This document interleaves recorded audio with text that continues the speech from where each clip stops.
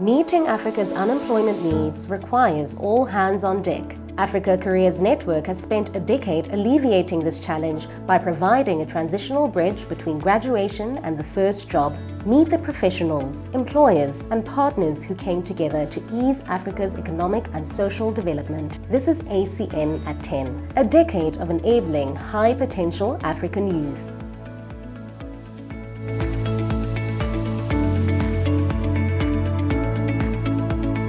If we are able to connect young people to meaningful opportunities, especially in the space of internship, that helps address the issue of brain drain and also provide them with the skills that are required to enable them transition smoothly from school to the world of work.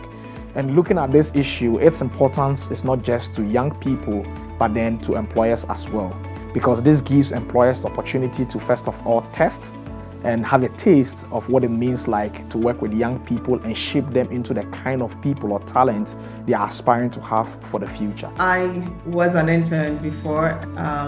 I always knew I wanted to do something in the humanitarian space, helping people to, access things and be better.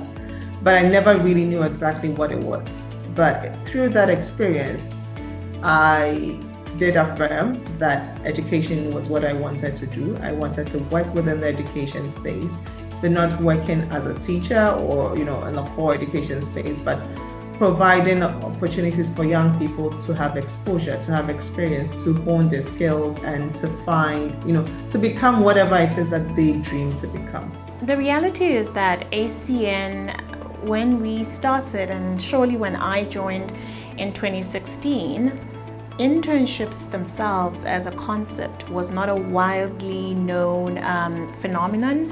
It wasn't a practice that employers found valuable on the continent. And if anything, I think perhaps maybe South Africa was the country where we found that employers understood internships and had a budget in place that was there for interns.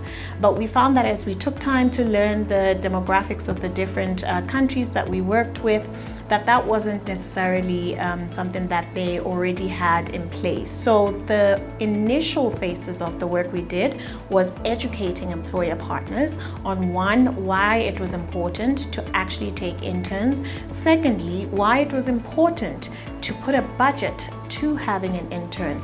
And that was the work we did in terms of educating them. Now, once employers hired interns, for the paid ones, we found that usually there was already a system in place. So the interns tended to thrive in those spaces because there was already a set system in place. For the unpaid ones, I still would like to believe that there was valuable lessons learned there. Now, it isn't about the payment more than it is about the experience. So whether an internship was paid or unpaid, we made sure that we worked with partners that were very, very clear about the objectives of what we wanted for these young people to learn, and they made sure that that was actually in place when young people came in, whether it was an unpaid or paid internship.